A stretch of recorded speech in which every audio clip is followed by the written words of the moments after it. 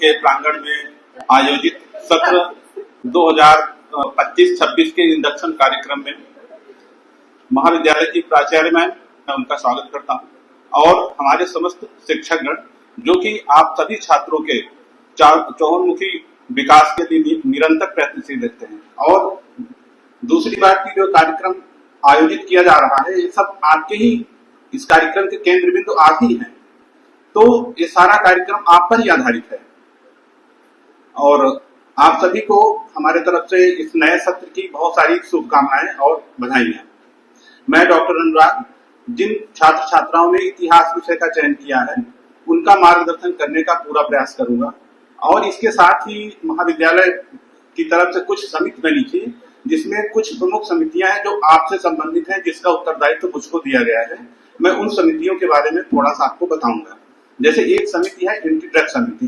Anti-drug समिति का प्रमुख उद्देश्य है कि जो छात्र छात्राएं हैं उनको नशे के दुष्परिणाम और नशे के से दूर रहने की सजेशन और इस साथ में जो प्रांगण है पूरी तरीके से नशा मुक्त रहे इसके बारे में उनको समझाना और उपाय बताना, नशे से दूर करना, ताकि वो जिस समाज से आए उस समाज को भी नशा मुक्त कराने में अपना योगदान दे सके।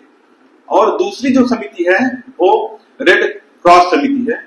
तो रेड क्रॉस समिति का प्रमुख उद्देश्य यह है कि जो महाविद्यालय में अध्ययन करने छात्र छात्राएं आए हैं, अध्ययन के साथ साथ उनको मानव सेवा के कुछ कार्यक्रमों से भी जोड़ा जाए, क्योंकि वो भी आपके व्यक्तित्व के विकास में बहुत सहायक है। तो इस तरीके से रेड क्रॉस समिति का उद्देश्य है।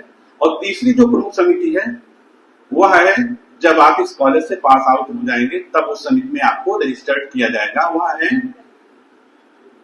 एलुमनी समिति है। इस समिति का प्रमुख उद्देश्य है कि जो महाविद्यालय में अध्ययन कर चुके हैं छात्र छात्राएं उनको अध्ययन के बाद भी मतलब पास आउट होने के बाद भी महाविद्यालय से जोड़ा जा सके या जोड़कर रखे रहें, ताकि वो महाविद्यालय के विकास में अपना सहयोग और सुझाव दे सके। तो जब आप लोग पास आउट होंगे तो उस समिति में आप सभी को हम रजिस्टर करेंगे और आप सभी का सुझाव सहयोग बहुत जरूरी रहेगा। और एक विभाग के द्वारा सारे विभाग के द्वारा विभागीय परिषद का आयोजन किया जाता है। उसमें हर विभाग अपने अपने तरीके से अलग अलग एक्टिविटी करवाते हैं, जैसे कुछ निबंध प्रतियोगिता है, भाषण प्रतियोगिता है, इस तरीके से तो भी महाविद्यालय में करवाई जाएगी, हर विभाग द्वारा करवाई जाएंगे। तो उसमें भी आप सभी को प्रतिभाग करना है।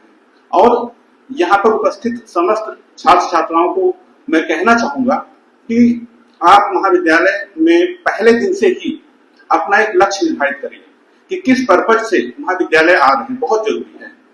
लक्ष्य निर्धारित करिए, उद्देश्य बनाइए, एक टारगेट दीजिए कि क्यों आ रहे हैं, अपने मन से ही प्रश्न करिए।